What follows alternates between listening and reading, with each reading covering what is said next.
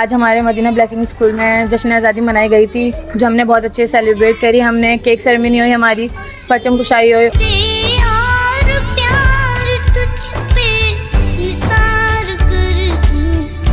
हमने जश्न आज़ादी सेलिब्रेट भी की और बहुत मज़ा आया। आपको जश्न आज़ादी मुबारक हो।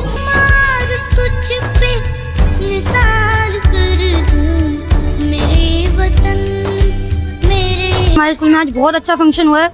आप सबको हैप्पी इंडिपेंडेंस डे मुबारक हो।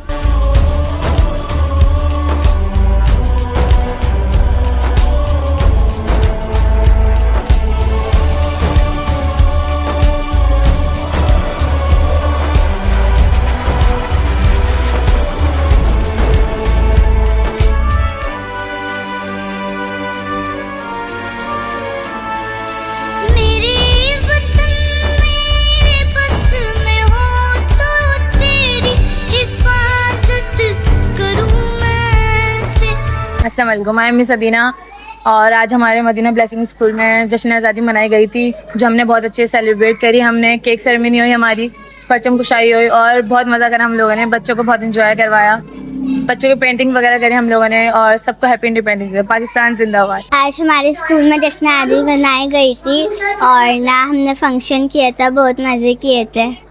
Happy independence day. आज हमने जश्न मनाया और आज हम बहुत खुश हैं। आज हमारे स्कूल में जश्न आज़ादी का दिन था।